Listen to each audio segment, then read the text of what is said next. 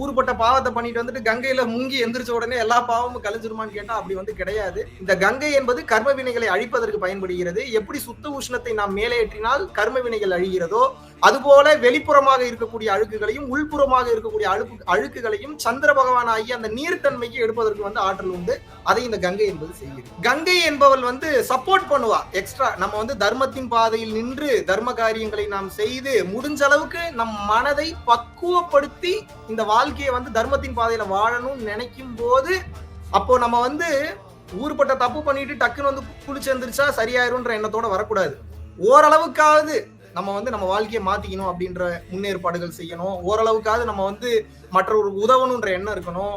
எந்த ஒரு எதிர்பார்ப்பும் இல்லாம இன்னொருத்தவங்களுக்கு உதவணுன்ற எண்ணங்கள் இருக்கும் போது, நம்ம வேற சில பயிற்சிகளோ இல்ல வந்து ஜீவகாருண்ய அடிப்படையில இருக்கும்போது இந்த கங்கையில் முங்கி எந்திரிக்கும் போது அது சப்போர்ட் பண்ணும்.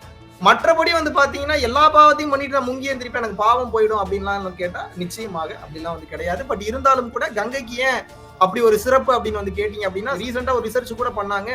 இப்போ நம்ம வீட்டுல வந்து ஒரு பொணத்தை நீங்க வந்து தூக்கி போடுறீங்கன்னு வச்சுங்க, ஒரு தண்ணியில போடுறீங்க அப்படின்னா ஒரு 10 நாள் 15 நாள் கழிச்சு இப்ப அந்த தண்ணி எடுத்தா அது சுத்தமா இருக்குமா இல்ல வந்து சுத்தம் இல்லாம இருக்குமா? சுத்தம் இருக்காது. ஃபுல்லா வந்து பாக்டீரியா ஃபார்ம் ஆயிடும். உயிரவே கொல்லக்கூடிய அளவுக்கு வந்து மோசமான நிலைமைக்கு போயிடும். ஆனா அந்த பிணங்களை போட்டாலும் கூட அந்த தண்ணியை கொண்டு போய் வச்சு செக் பண்ணா கூட அதுல அவ்வளவு பவர்ஃபுல்லான மாலிகுல்ஸ் இருக்கு.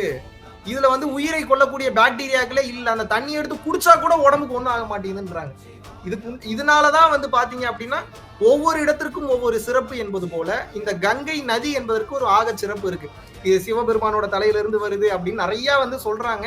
நம்ம அந்த மாதிரி கதைகளுக்குள்ள போய் சிக்கிக்காம நம்ம எப்படி பார்க்கலாம் அப்படின்னு வந்து பாத்தீங்கன்னா, இயற்கையின் கொடை கங்கை.